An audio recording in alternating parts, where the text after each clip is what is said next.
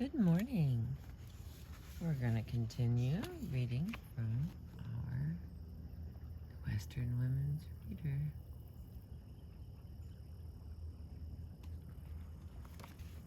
It is beautiful and mighty yellow out here today. Thank you for being with me. Our next lady is Leslie Marmon Silko. It says 1948, and then there's no following date. Doesn't say when she died, is my point. Leslie Marmon Silko, who identifies herself as of mixed ancestry, Laguna, Pueblo, Mexican, and white, was born in Albuquerque, New Mexico in 1948. She grew up at the Laguna Pueblo, where she learned of Laguna culture from her grandmother and her great aunt, who she later wrote in the book Storyteller from 1981, gave her an entire culture by word of mouth. After receiving her English degree from the University of New Mexico, Silko has gone on to teach at universities throughout the West, including Navajo Community College, the University of New Mexico, and the University of Arizona. Although she wrote from childhood, she began publishing her poetry and short stories in the late 1960s, and is best known for her novels, including Ceremony from 1977, Storyteller from 1981, and Almanac of the Dead, 1991, and several collections of her poetry, including Laguna Woman from 1974. Silko has been a central figure in the Native American literary renaissance, which started in the 1970s with her work, that of James Welch, Paula Gunn Allen, and N. Scott Momaday, telling the stories of contemporary Native American lives.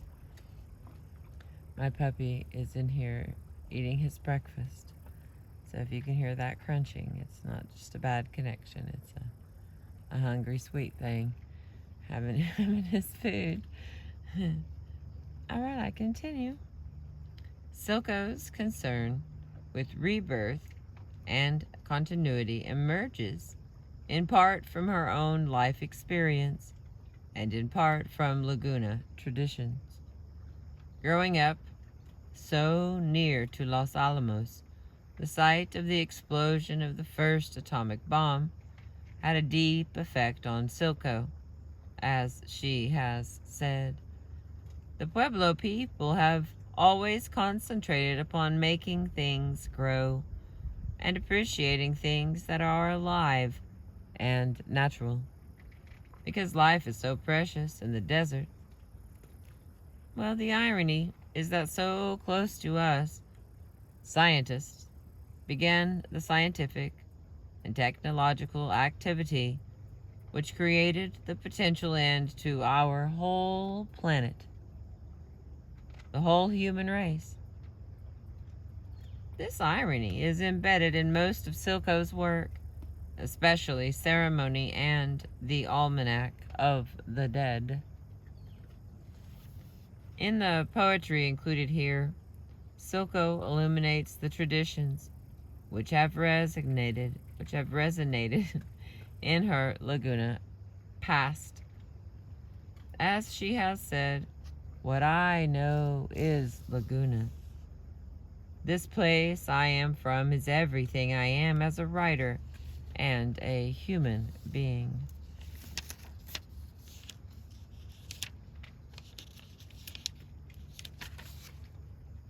Alright, now here we've got some. It says, these look like excerpts from some of her books. Alright, I'm going to put them up here so in case you So see those letters? I'm not going to be able to say that. And then I'm going to read them to us.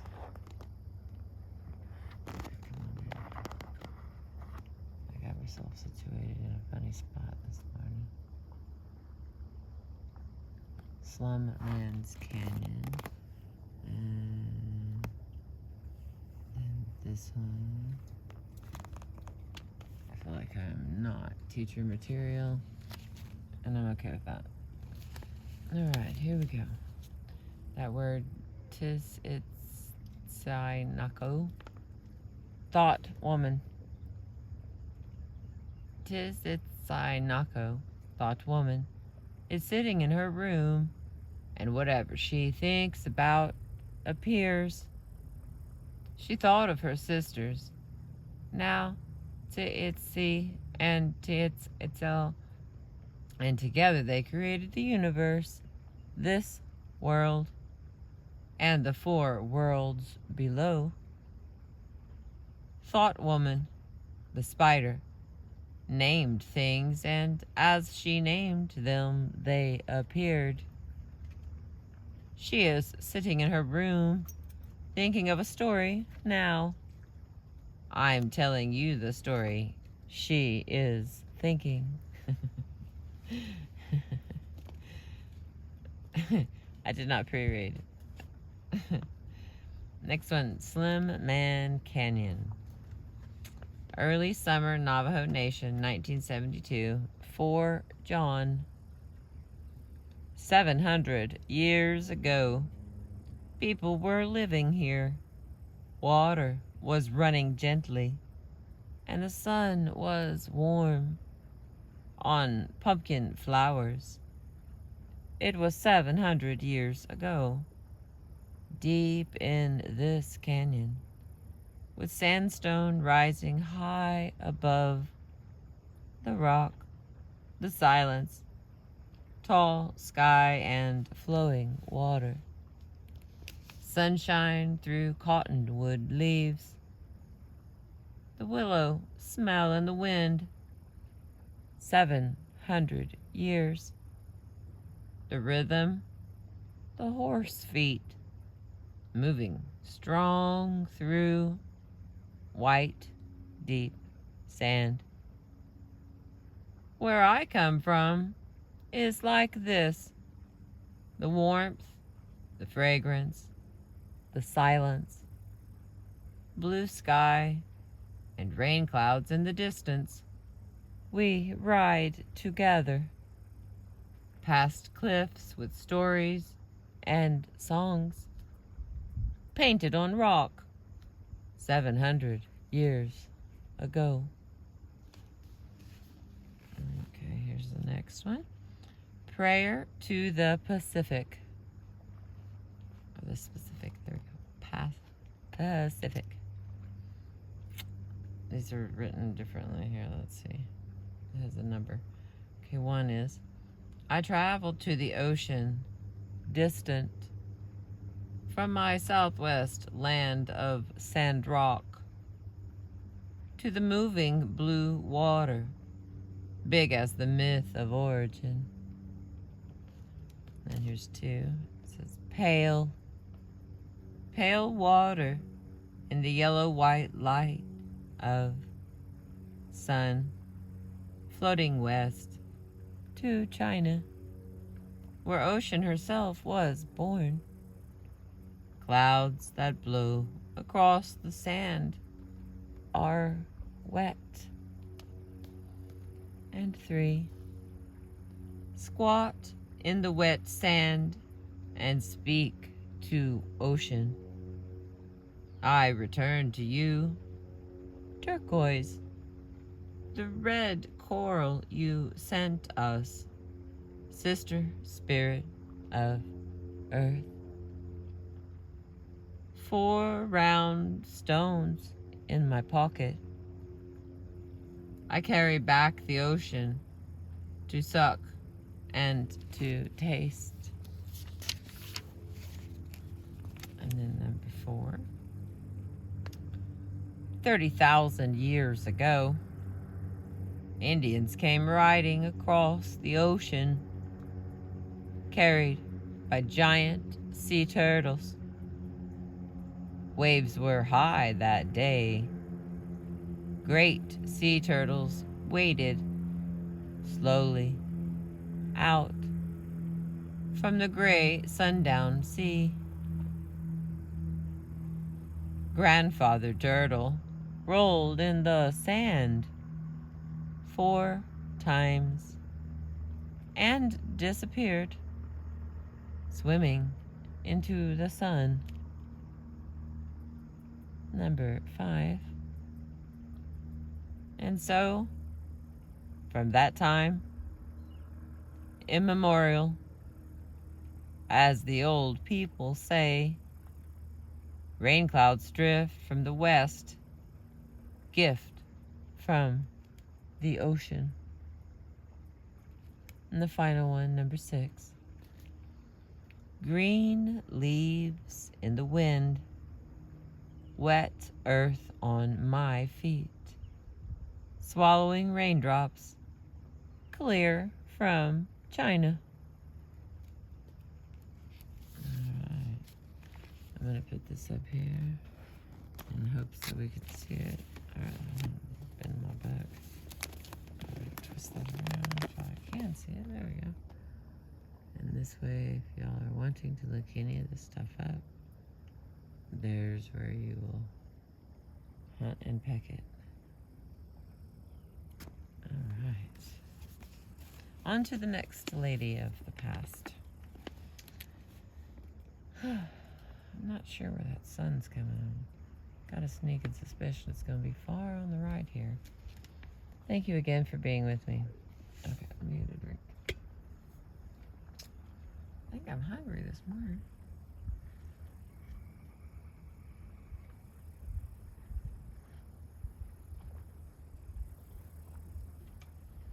Okay, next lady on page 17 here. Elsie Clews Parsons, born in 1875 to 1941. Born in New York City, Elsie Clews Parsons was the eldest of 3 children and the only daughter of Henry Clews, the son of a Staffordshire potter who had immigrated to the U.S. and founded a New York bank, and Lucy Madison Worthington, a descendant of President James Madison. Her life followed the usual contours of her social position, but Parsons demonstrated a great degree of independence. Although her family pressed her to become a debutante, she chose instead to attend Barnard, where she received an A.B. in 1896, and then went on to Columbia University, where she received a Ph.D. in sociology in 1899. I can tell that that's okay,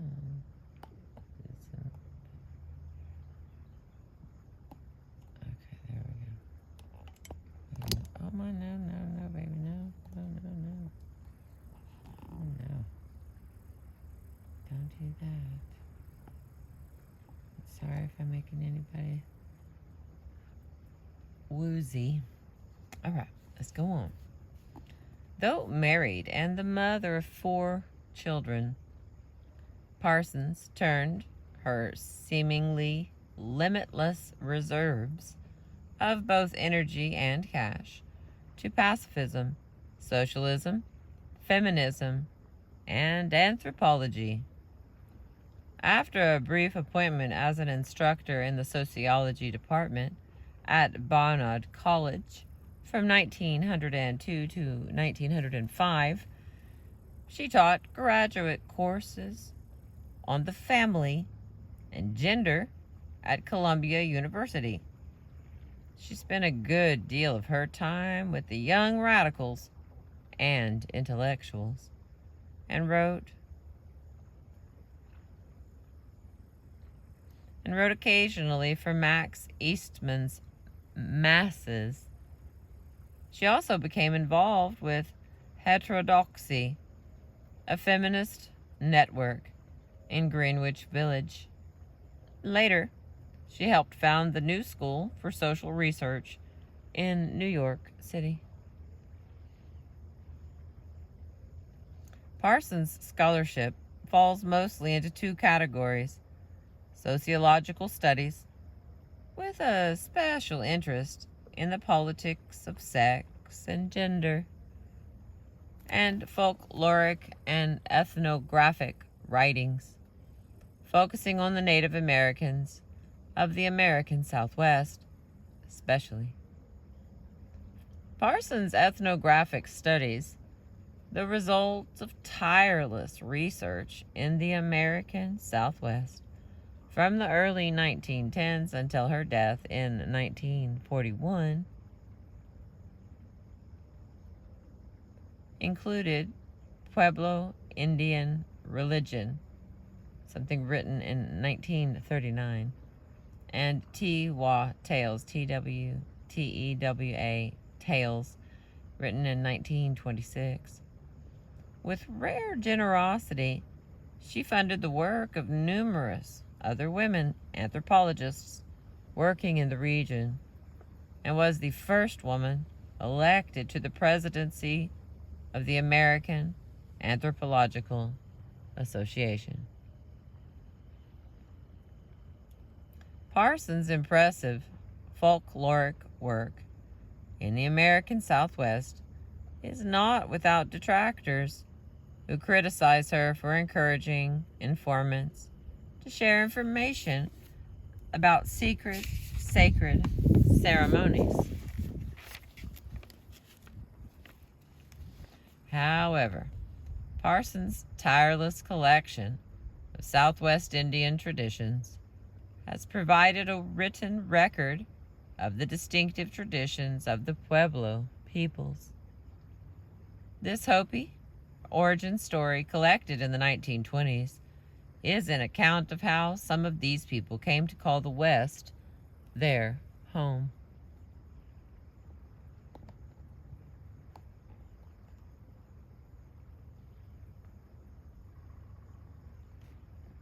Okay, look straight in the lens.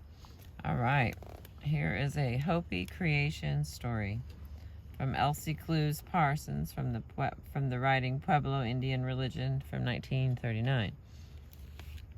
I have not read this. I'm so excited. This is Crystal excited. Woohoo! A Hopi creation story. When the people were way underneath, they were ants. Then they came to another place and turned into other creatures. At still another place, they became like people, but with long tails. They knew they had tails and were ashamed.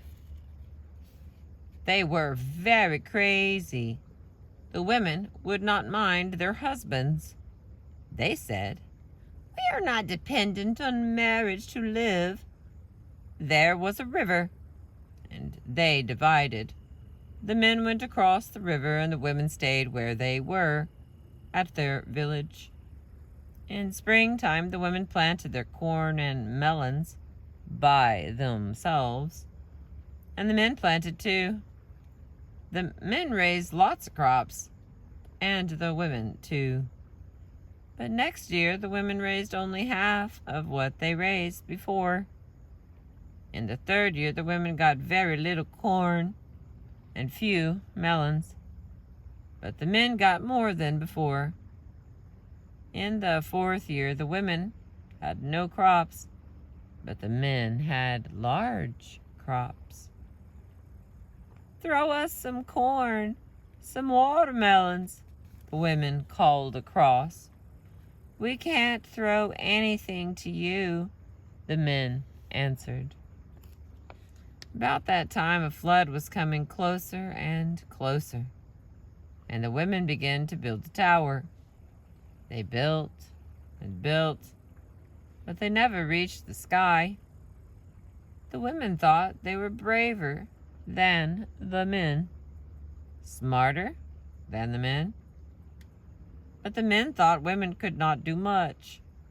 The tower fell down.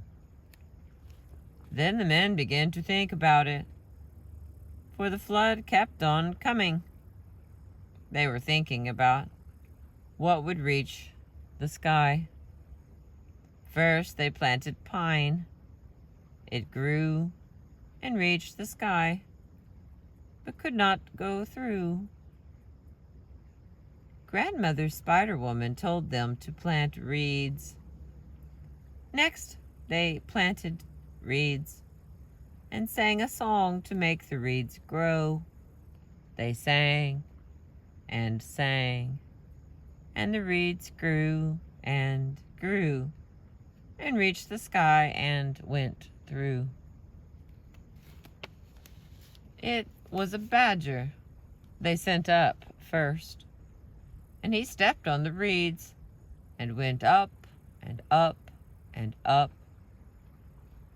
Pretty soon, Badger went through and was looking around, but there was not enough light to see. Then Badger went back. "What did you see?" said the men. "Did you find the earth?"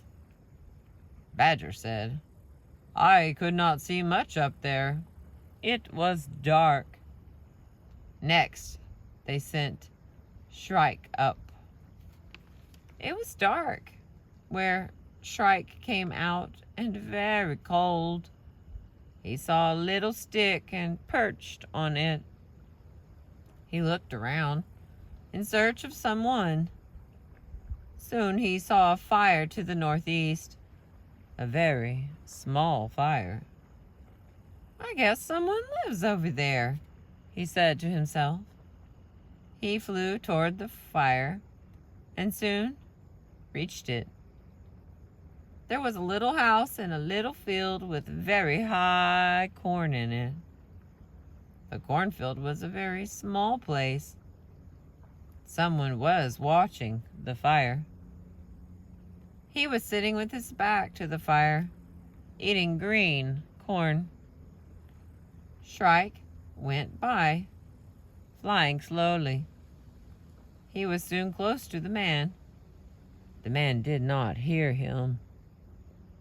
Shrike came up to him, stood there, and asked him, "Who are you living here?"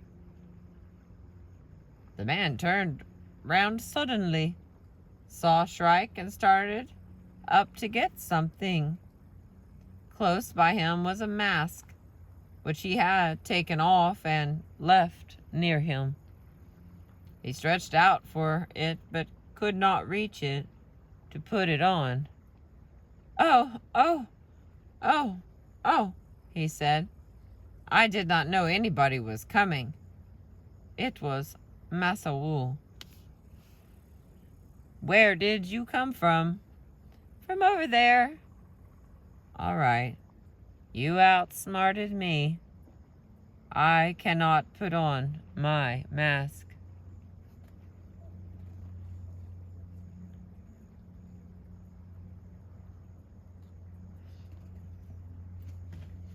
"I did not know you were coming." "It is all right. It makes no difference. Sit down. Sit down." His mask was a large one, with only a little hair on it, and with big eyes. Whenever he hears people, he puts on his mask, and he frightens them away, so they do not catch him. Soon Massa Woo gave Shrike something to eat. He had watermelon, muskmelon, pumpkin, and squash. He gave Shrike a lot to eat.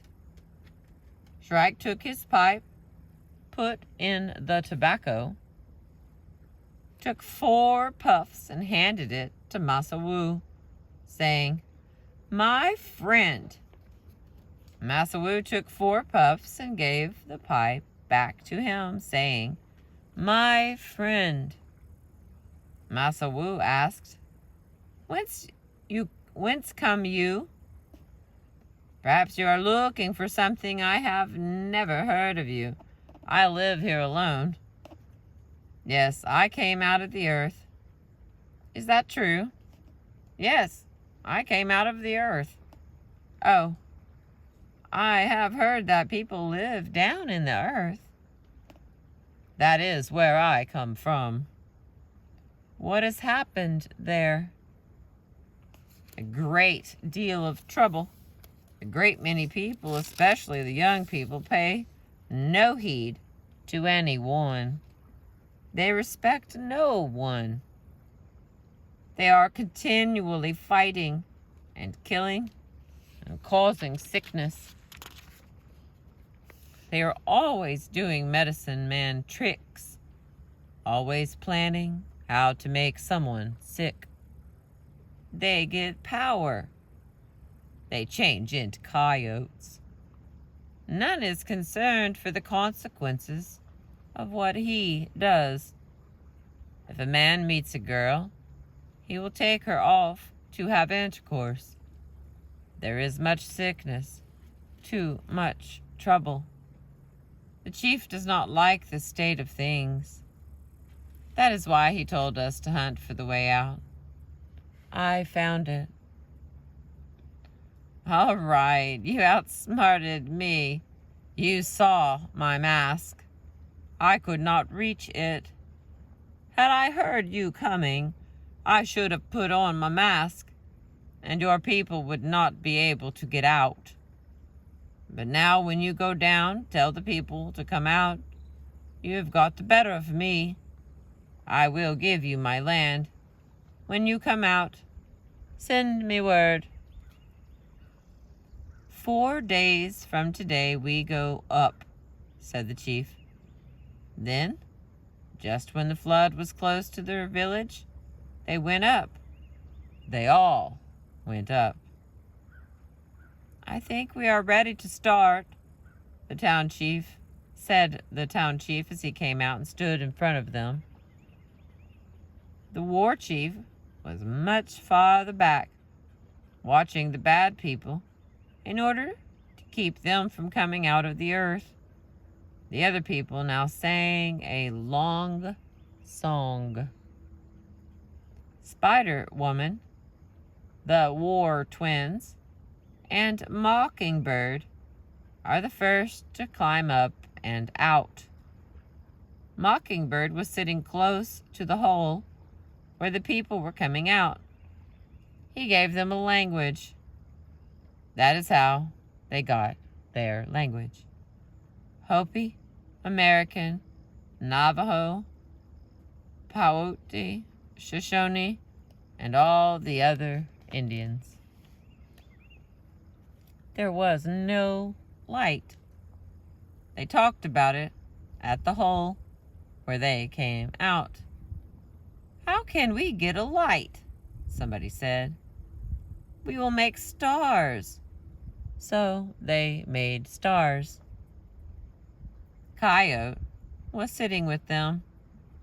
Different kinds of animals came out with them.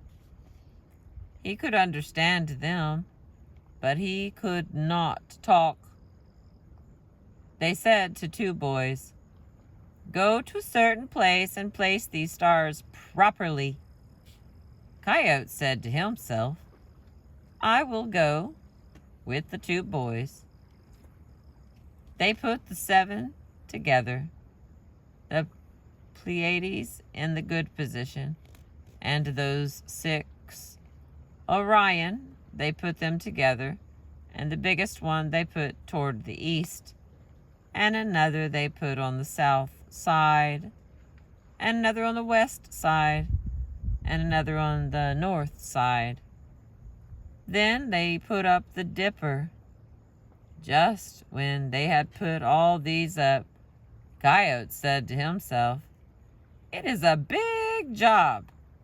He said to the boys, "We shall never finish this work. We shall all die first. Why can't we do this?" And he took the stars and threw them in every direction, improperly. So they came back, the boys and the coyote. Next night they were watching, and they saw the big star come out before daylight. That will be Dawn Star. Soon another star came out from the south. Then they said, "We will call that star Panuchona." Then two came up, but did not give much light. When they were going down in the west, another big star was going ahead of them. "We will give that last star a name," they said. "We will call him Tsupi," they said. About that time, a north star came out. About that time, the Pleiades came out of the east. Then the sixth came out. It began to get cold. They did not give much light. Then they saw stars scattered all over the sky. The people said, "Bad Coyote, you did that." "Yes," he said. "If you had not gone with them, all the stars would be well placed. But you are Bad Coyote. You scattered them all over the sky." They were very angry. But Coyote said, "That's all right. It's a lot of work to put them all into good positions. Better to scatter them around." Well, those stars did not give much light. So they thought about what they could do for more light. So somebody said, "We will make moon." They asked him what they could make it of. "We will make it of a wedding blanket." So they sent for those same boys who put up the stars. They put up the wedding blanket in some way.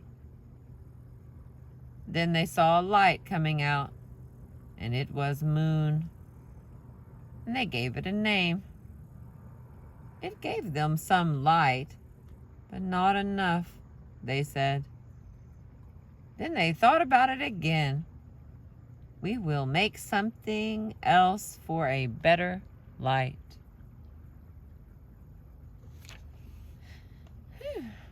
Somebody said, "We will make something else for a better light."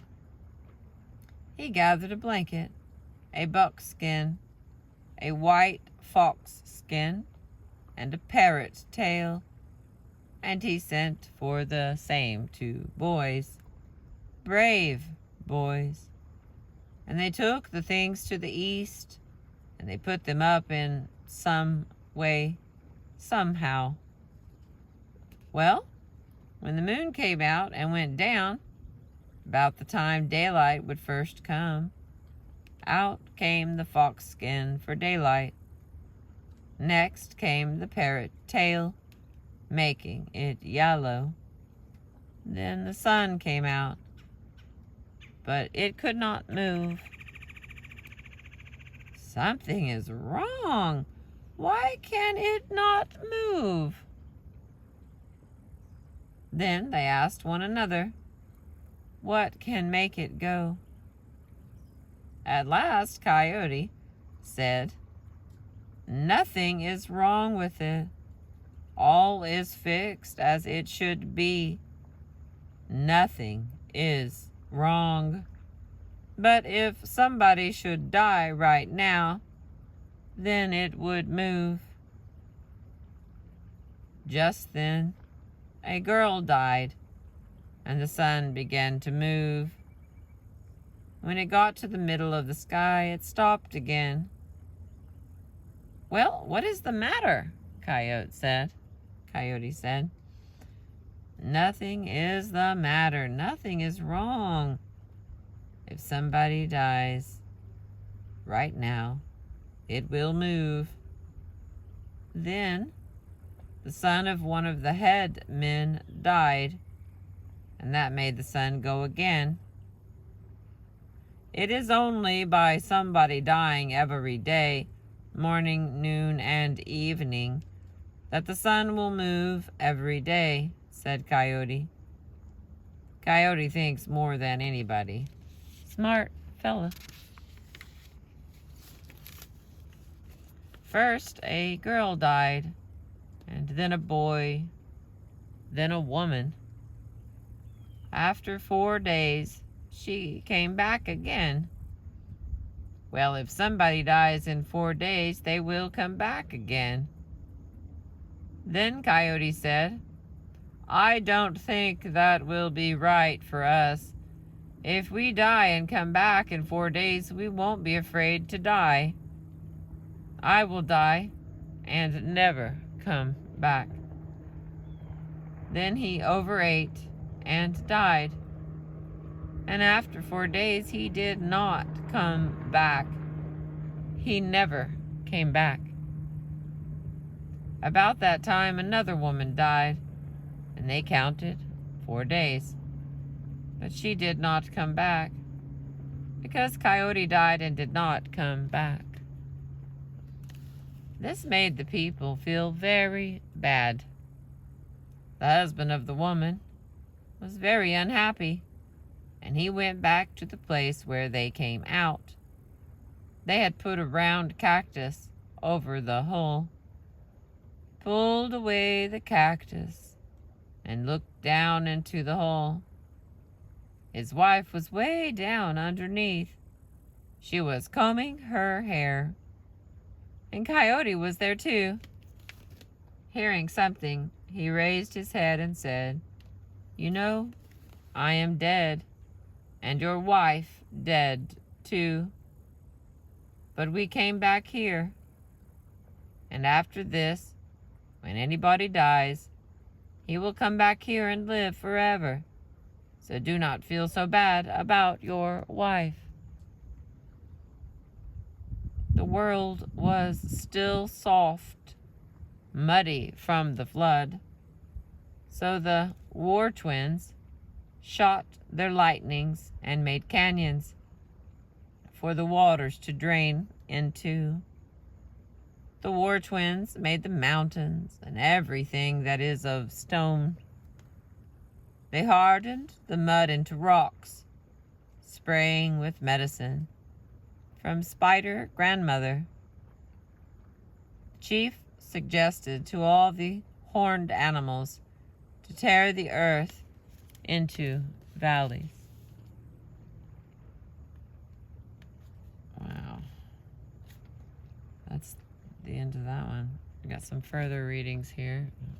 I forget how I get myself hurt setting this mobile studio of mine. Okay, come on, baby. There we go. In case you want to read any more stuff. Wow, I have never heard that story before. That was amazing.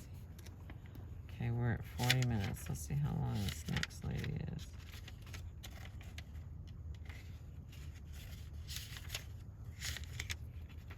Yep, this next lady is very long. Yeah, it's like 10 pages, 11 pages. Thank you for being with me. I appreciate you. So I'm going to keep reading these little stories and see what happens for us. Thank you for being with me today. I appreciate you.